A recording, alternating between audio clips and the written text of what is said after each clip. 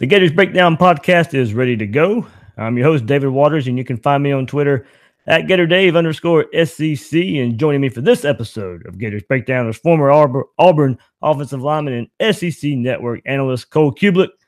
Cole, thank you so much for joining me here on Gators Breakdown. Of course, I follow you on Twitter, and with all the traveling and appearances, you are a busy man right now. Well, it's that time of year, so you just kind of get used to it and go with it. But it's fun. Wouldn't trade it for anything, and obviously, hopefully, this game's going to continue to get better. Absolutely, and we'll get into the Gators in just a second. But you've been to Gainesville the last 2 weeks for Gator games. How have the trips been for you? They've been good. They've been real good. I know that staff from when they were at Mississippi State, so it always helps to know those guys and just to have an idea of what they're all about, what they expect, and sort of how they coach. So they're always good to us. Dan's good to us, and Gainesville's a fun town. Swamp's a special place, man. It's a place that I love going to call a game. I was fortunate enough to play a game there, and don't have great memories as far as the outcome goes, but it's just one of those places that you grow up as a kid just wanting to be a part of and wanting to be in. And so I always feel good about being able to be a part of a game there. No, all right. We're definitely hoping it can get back to the swamp everybody remembers there. So, but before we start breaking down the Gators with Cole, remember you can find Gators Breakdown on newsforjacks.com/Gators Breakdown. You'll find all the Gators Breakdown episodes as well as articles from the News for Jack sports team. That's newsforjacks.com/Gators Breakdown. Hey, find us on iTunes, Google Play, YouTube, and also on social media, Twitter, Facebook at Gators Breakdown. So Cole, you've been around this Gators team for the last 2 weeks by covering the team for the Saturday night games for SEC Network. Now competition has a lot to do with it, but we have seen two different looking Gator teams so far these first 2 weeks of the season. Yeah, and obviously that has a lot to do with the opponent, and that's just going to be part of it. But I agree with you to the extent that you had 1 week where it looked pretty good, looked like things were improving, looked like things were going to be rolling, and things were going to be sort of figured out, I guess. And then all of a sudden, week 2, things look a lot different.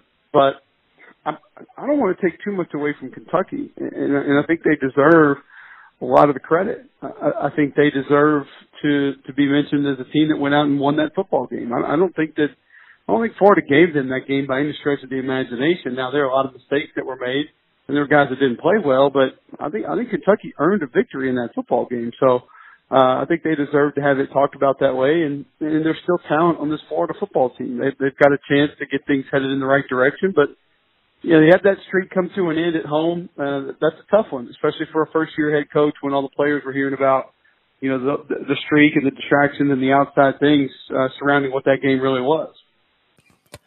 Cole, just how much work does Dan Mullen have on his hands? And what a lot of people are pointing to after the loss to Kentucky was just the culture of the team. How much does he have to change in taking over for the previous staff? Is this team and program further behind than we'd like to acknowledge? I think so, and I think if you talk to some of those coaches, you'll get a pretty good idea of just where things are and sort of what they're having to deal with and what the mindset, what the attitude was of that program when this coaching staff arrived. And it's going to be something that's very difficult for those guys to get turned around. You hear some stories about how certain things played out last year, and then all of a sudden a new staff comes in. It's a new culture. It's new expectations. It's new ideas, and then obviously new fundamentals, and things are being taught a different way. I think that's maybe the most surprising part to me that I've heard from multiple members of that staff is just how much teaching that they're having to do of fundamental football, lining up in the stands, basic lifts in the weight room, and expectations of when to be places, how to be places, how to act when you're places. And so I think the learning curve will be bigger because they're having to go so far back and really start so close to the beginning with a lot of these guys, just when it comes to a lot of things that are basic fundamental football fundamentals. And that's just, it's a little bit disappointing to hear because I think they have enough talent to have a pretty good football team this year.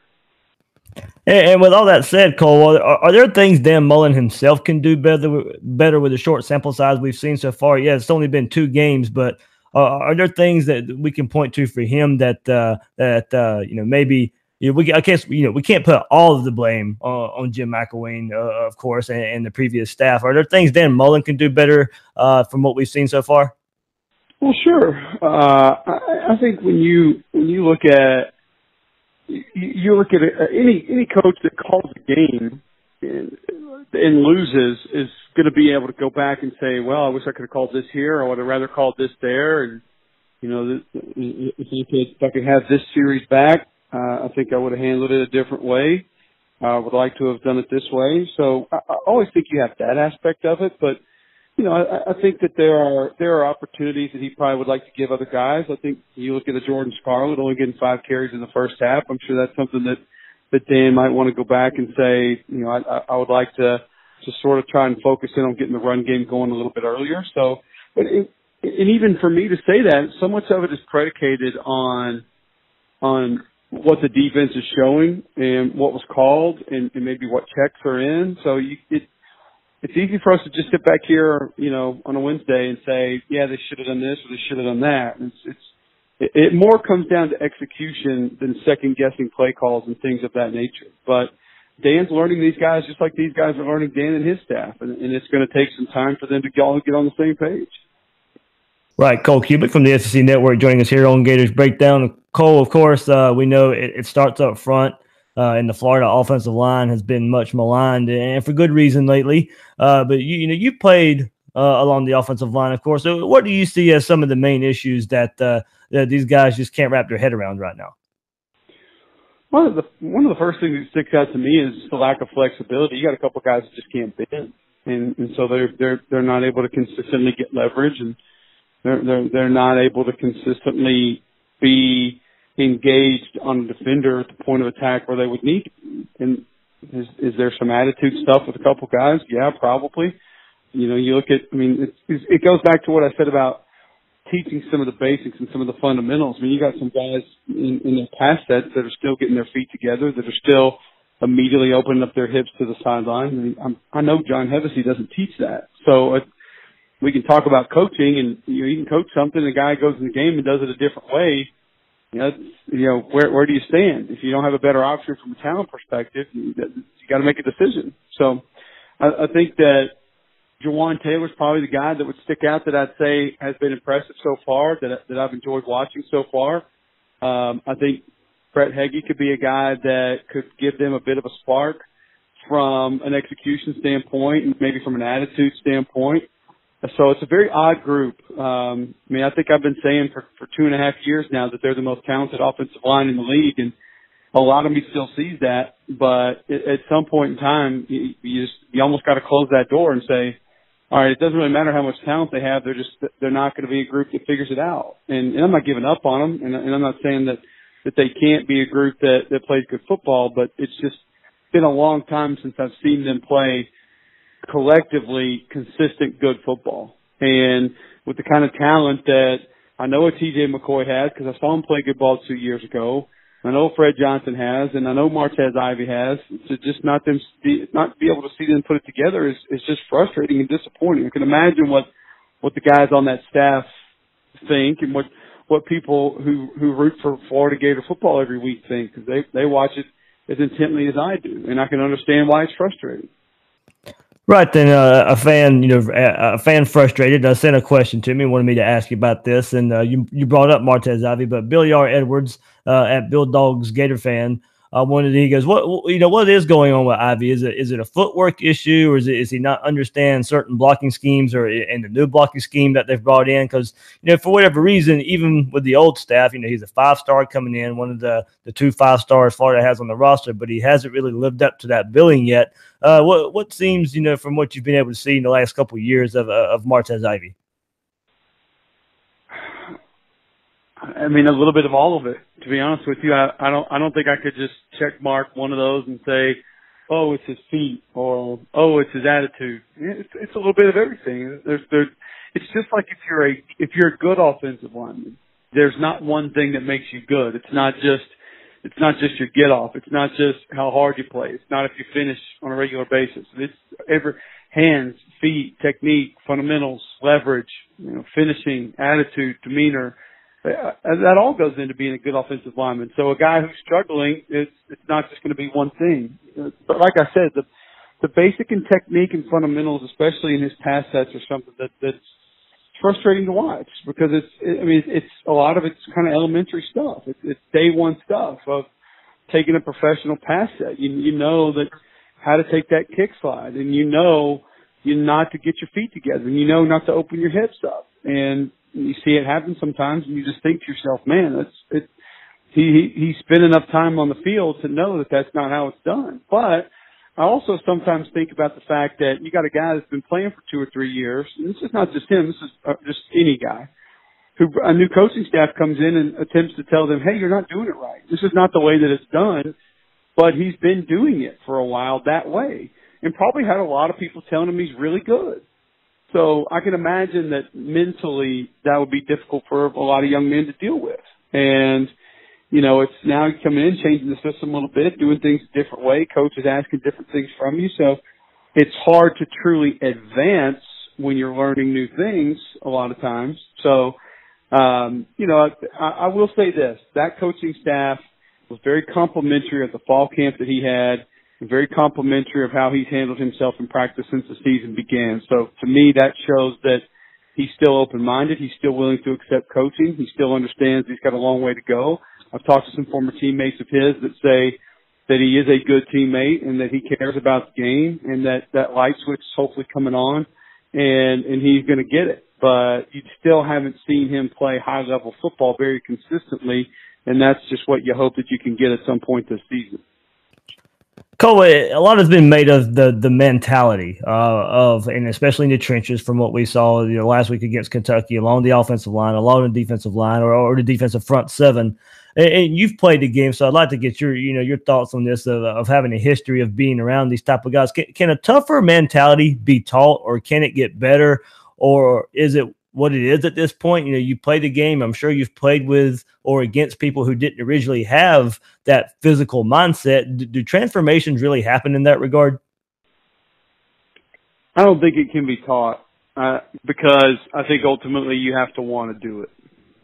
And if you don't want to do it, you're not going to do it. And it doesn't matter if a coach dog cusses you every day, makes you push the sled every day, it tells you you're a bad human being every day, spits on you, punches you every day.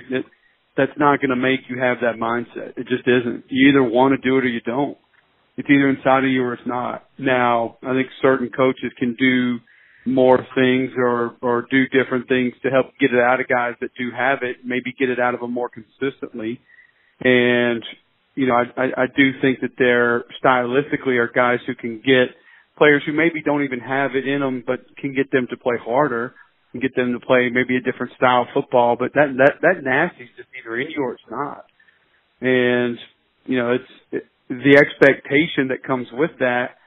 It's not always learned. And I think sometimes when you get a guy who comes in from, kind of going back to what I just said, you have a player that's played one way for 2 or 3 years, and now all of a sudden you have a coach that comes in and says, we're going to do it this way. Well, sometimes you butt heads on that. It doesn't just work out that way. So, the attitude of this group is something that I know a lot of people question, and you see them on film, and it doesn't always look the way that you want it to. So, can it be taught? I don't really believe so. But I think that certain guys can do a better job of not only getting it out of you, but I think certain guys can do a better job of making you want to do it for them. And, ultimately you have to want to do it for yourself. You're going to go out, and you're going to punish guys, and you're going to play hard. You're doing that for yourself and your teammates, but there are certain coaches who I think can help you want to go the extra mile because you also want to do it for them. And when you get that, that's when I think it becomes easier to coach and produce a really good offensive line. All right, Cole, it can't all be negative here. So, with what we've seen with these Gators. So, what can the Gators do going forward? What are some of the good things you've seen in the last couple of weeks that can have a positive outlook on the season? Well, I know Felipe Franks didn't look great in the second half, and he made a couple poor decisions, but I really do still believe that him as a quarterback, the way he handles himself in the pocket has improved. I've seen a lot of things in 2 games where I think he would have immediately bailed out on it last year, that he wouldn't have had the kind of patience that he's had this year, a year ago. He would have tucked the ball and run. Maybe he would have tried to fit the ball in some different windows. Now the second half wasn't indicative of the first half and then the first 2 halves of the first game, but I do see a progression with him as a college quarterback. And in the new system, that's obviously going to take some time. I think Florida's got great skill. I think Jordan Scarlett, I think they got 3 really good running backs. And I think the receivers, especially with the transfers, you saw them make an impact week 1. And with Van Jefferson and Trayvon Grimes added to what they already had at wide receiver, I think those guys can make plays. So it's going to be an ongoing process of Coach Mullen trying to find a way to get those guys the football and help them be explosive. Defensively, obviously, it's, Todd Grantham knows how to coach defense. No one's going to question that. And that group can be aggressive. That group's fast. They're athletic. But when you see Benny Snell cutting back and getting 8 or 10 yards last weekend, and you go back and really watch it, and you see linebackers that are over pursuing, or linebackers that are focused on taking on offensive linemen instead of playing sound in their gaps, or maybe defensive linemen that are freelancing a little bit and getting out of their gaps and not having gap integrity. And it only takes 1 or 2 of those things on defense, and next thing you know, it's an 8-yard play that should have been a no gain or a 2-yard gain. So I still think that there's enough talent on this team for them to be good. It's just a matter of I think it comes down to leadership, to be honest with you, because the coaches have had enough time to say this is the expectation, this is what we want.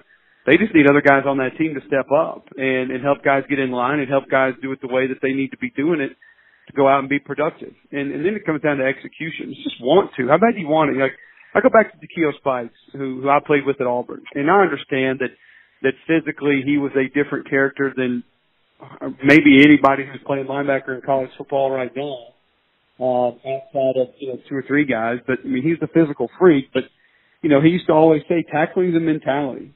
If you want to get a guy on the ground bad enough, then you will. You'll find a way to do it. You'll find a way to get that guy on the ground. And I believe that to an extent. Now, is a guy who's 6'2", 255 pounds with 6% body fat and a neck that's as wide as his shoulders going to have an easier time doing it? Yeah, he is. I mean, he's a top 10 draft pick for a reason. But I still believe that mentality and that slogan, that statement, that attitude holds true with anybody playing defensive football. So when you see guys missing tackles, you see guys out of position and not able to make tackles, or you see bad effort when they arrive at a ball carrier, you know that those are things that can be turned around. But I don't think Todd Grantham can just go yell at those guys and turn that around. I don't think he can go out there and say, hey, we want you to tackle better. That's a want to. I mean, that just comes down to self-awareness and self-desire. All right, couple more here for Cole Cubelic before we let him go. Cole, it just and I really doubt the first 2 weeks have changed expectations for Dan Mullen at Florida. So this is probably going back to a little bit of a preseason look for you. But long term expectations for Dan Mullen in Florida, is it the right fit to get this thing turned around? Yes, I said when Dan Mullen was hired, he'll win a national championship at Florida. I still believe that, and I'm gonna say this again, and this will be a reoccurring theme for me. People need to accept that Kentucky's a pretty good football team. Benny Snell is the second best running back in the SEC. C.J. Conrad's a really good tight end. Terry Wilson is dynamic at quarterback. Drake Jackson is a really good center. Buncey Stallings is a good guard. Josh Allen's going to be a first-round draft pick at linebacker. Chris Westry and Mike Edwards in that secondary are going to get drafted. They got players. And they have veterans, and they have a lot of guys who played a lot of football, and a coaching staff that's been together and understands their football team. So it's just the overreaction to losing that game because it's Kentucky and maybe someone adjusting their expectations of what Dan Mullen's going to do long term is just flat out silly. Dan Mullen's going to win a national title, in my opinion. I think he's the right guy for the job. I think he has the right athletic director in there with him that's going to help him be able to do it. So the facilities are coming.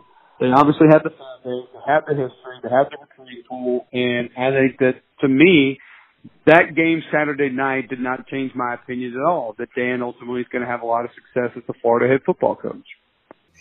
All right, Cole, you mentioned Kentucky and what you like about them. Let's go around the SEC right quick before you let you go. Is it Is it Georgia and still everybody else in the East? You just talked really well about Kentucky. Is it Kentucky that maybe can come up there and surprise the Bulldogs in the East, or be their main competition? No, I don't think so. I don't know if they're deep enough yet to be able to. I mean, could something happen in Kentucky upset Georgia? Yeah, it could happen. I'm not predicting that, but it could. I don't know if Kentucky's deep enough to play the kind of football that they played Saturday night, week in and week out. I mean, one of the more impressive things that Kentucky overcame Saturday night was losing Quinn Bohanna on the interior of that defensive lineman. They only had 5 to play. You lose your best one, and you had to play a true freshman who's 368 pounds, who's probably not ready to be a college football player yet. So, that's where I really thought Florida would attack that defense, and it just didn't happen that way. But I don't think Kentucky is a huge threat to Florida as far as winning the East. If there is another threat, I think it's Missouri. I think Missouri's probably the sleeper in the SEC right now that nobody's talking about. I've liked what I've seen from them. I think they've played good ball. I like their offensive line. Albert O's started tight end. I think they have 2 capable SEC running backs, good weapons at receiver, and obviously the most NFL-ready quarterback in the SEC. The defense is a little bit ahead of where they were a season ago, and let's be honest, if they're managing the offense a little bit better and they're not as relentless with their pace and their tempo, and maybe not as irresponsible with their pace and tempo, the defense isn't going to have to be that much better. They're just going to need to get a couple stops a game. And so the offense doesn't look totally different. It's not like Derek Dooley came in there and tried to overhaul the whole thing. But I do think that he's trying to allow them to be smarter with how they do it, and that's going to ultimately help the defense.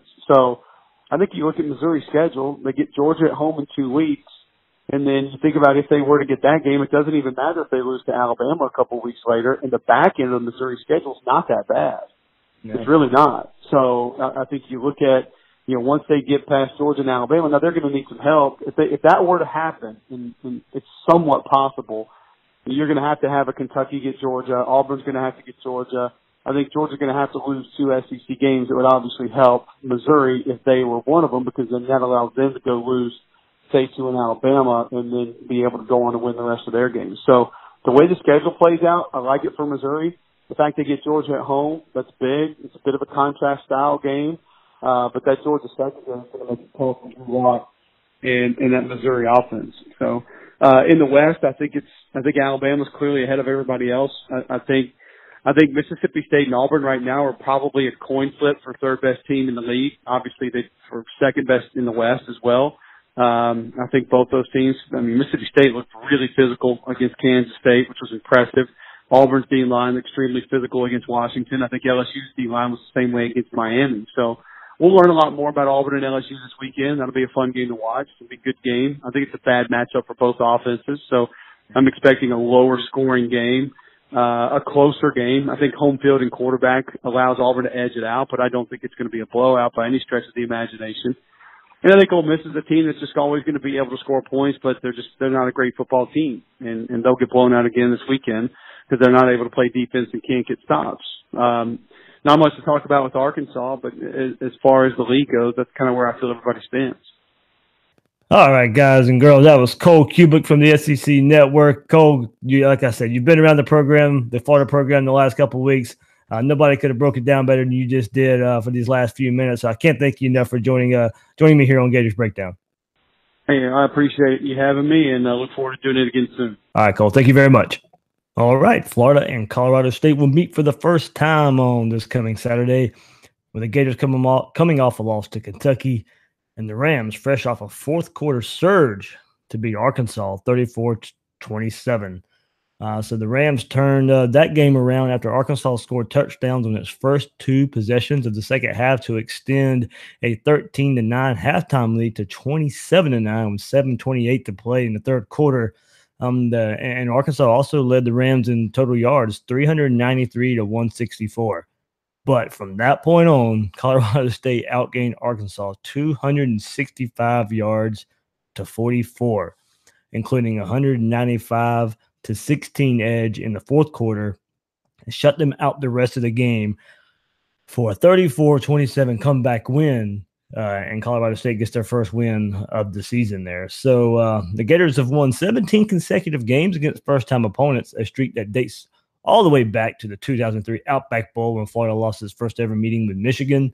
And look, going back to last year, Dan Mullen faced Colorado State defensive coordinator John Jasic last season, as Jasic was the Kentucky's defensive coordinator.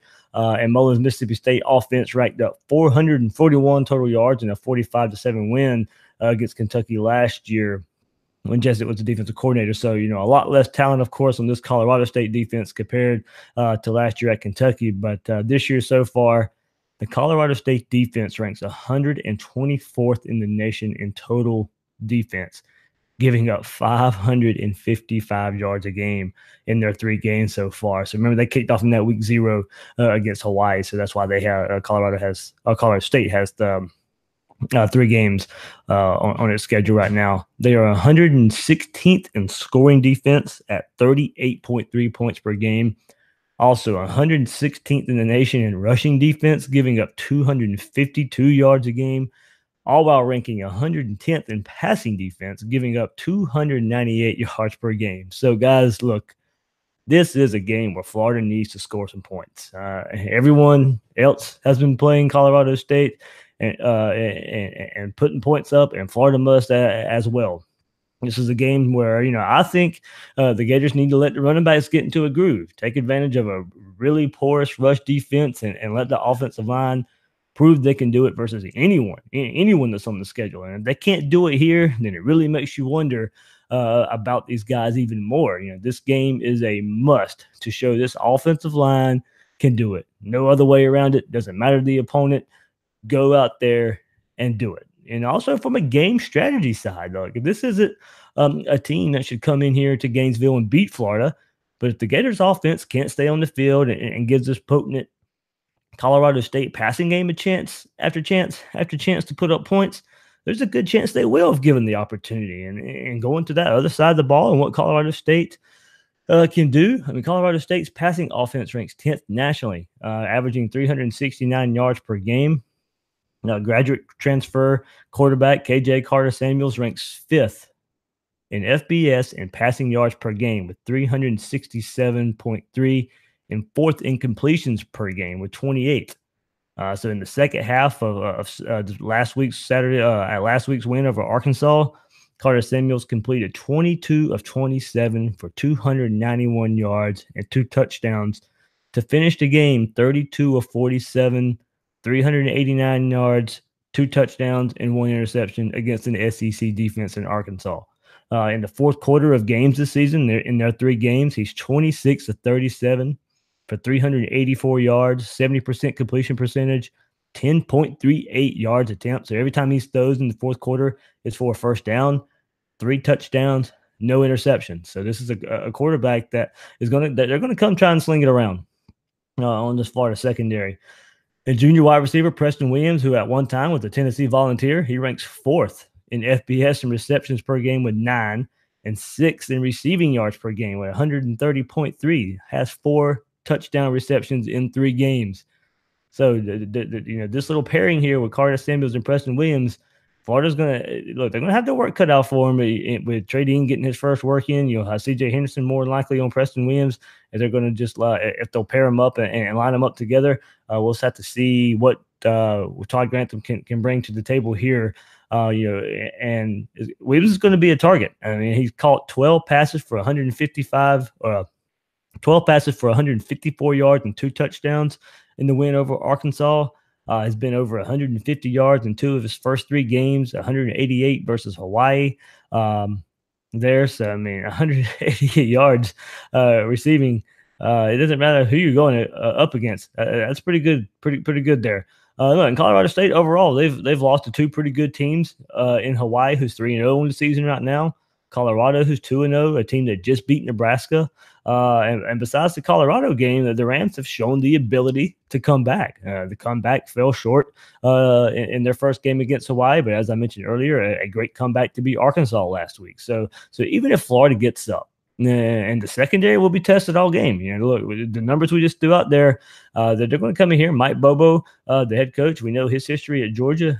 He'll take advantage of winning where he can, and they're going to try and come in here into the swamp and test this young Florida secondary and throw the ball. So, Florida can't let up. If Florida, like I mentioned, if they get up, no matter how they get up, you can't relax. The pressure you can't let up, and the pressure must get to Carter Samuel. So, this is a good game to get back into the attacking mode on defense. Dictate the play. Don't let it dictate you from the Colorado State side of things. And I still think Grantham needs to bring the pressure and not let Carter Samuels get comfortable. And he must do it all game, especially if Florida can't pull away.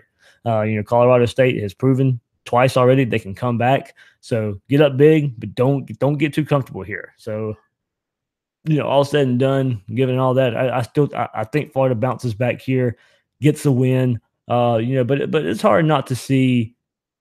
It's hard to see maybe a big blowout after what we saw last week. I think Franks will probably play okay. Hopefully, after this game, he's still not the leading rusher on the team. As I expect the run game to be featured early and often, and Colorado State to be worn down in the second half and keep their offense on the field, off the field. If Florida gets this run game going like we thought they could coming into the season, that bodes well for really testing that Colorado State defense, who is really struggling stopping the run. Get them. It's going to be hot Saturday as well. They're not going to be used to this weather. And like I mentioned earlier, two reasons why this run game needs to get going. First of all, just to prove Florida can do it. Second of all, to really help in the strategy of this game. I wish I could tell you how the running back rotation would go, but that's anyone's guess right now. In the end, I say this looks like a 37-17, 34-17 Florida win if they bounce back like I think they will. And, if they don't, maybe have another close game on their hands, and it's a passing attack that Florida would need to be ready for. Trey Dean's going to be tested. They're going to try and find a matchup where they can get him, at a disadvantage, and we'll see how he responds. I think he'll respond pretty well, but I think a lot of it's really going to be getting David Reese back, getting CeCe Jefferson back, getting one of your leaders in Reese and one of your supposed leaders Jefferson, but he didn't play in the first two games out there and kind of solidify what's out there, get some continuity on this defense going into the game with Tennessee next week on the road. But having David Reese out there can help really, I think, control the gaps, make some better tackling, and make everybody line up where they're supposed to be, with the general of the defense being on the field. So all in all, I'm looking at a 34-17, 37-17 type of Florida win. Hopefully, much better showing and toughness. It doesn't matter who the opponent is. I think we just all want to see that. They could be playing a peewee team right now. And Florida's got to show more mentality, a tougher mentality, as we've been talking about all week and earlier this episode as well. So that's going to be it there with the preview for Florida, Colorado State. Hopefully, fans show up. I know it's kind of this week's kind of been tough, but all in all, still Gators, and hopefully go out there and see the Gators play in the last home game for 2 weeks now, after with Tennessee and Mississippi State coming up back to back. And let's take a look around the SEC and what's coming up week 3 of the SEC schedule. Murray State and Kentucky. That's a nooner kickoff game. Also at noon, UTEP and Tennessee. 2:30. There you go. Kind of interesting game here, especially the way Vanderbilt started the season, blowing out a couple weak opponents, but they traveled up to South Bend and take on Notre Dame. So Vanderbilt at Notre Dame at 2:30. That's going to be a good game to keep an eye on. You can start that about an hour and a half before the Gator game kicks off at 4 o'clock. LSU and Auburn, as you just heard Cole Cuba talk about earlier. That's the biggest game of the SEC. It's the 3:30 CBS game this week. Number 12 LSU at Auburn. I kind of like Auburn there. Jarrett Stidham and then also that defense there. LSU, still got to see Joe Burrow take that next step at quarterback and can see there. But I think this will be one of those hotly contested.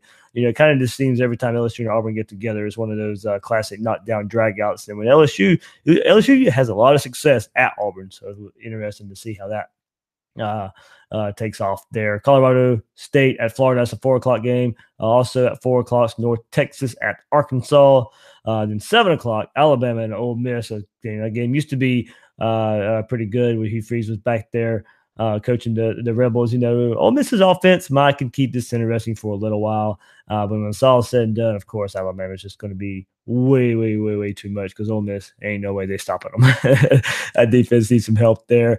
7:15 night game in between the hedges, Middle Tennessee at Georgia. And then 7:30, you have Mississippi State and Louisiana. 7:30, Texas A&M and Louisiana Monroe. And another interesting game here at 7:30 at night kickoff is Missouri traveling to Purdue. So that's a look around the SEC for week 3. So this has been another episode of Gators Breakdown. Thanks for joining me here, guys. And of course, Cole Cubelic joining and giving all his insight of being around the program the last couple of weeks. And really, really enjoy his insight when we can get him here on Gators Breakdown. I'm your host, David Waters of Gators Breakdown. You can find me on Twitter at GatorDave_SCC. Guys and girls out there, thanks for listening to this episode of Gators Breakdown.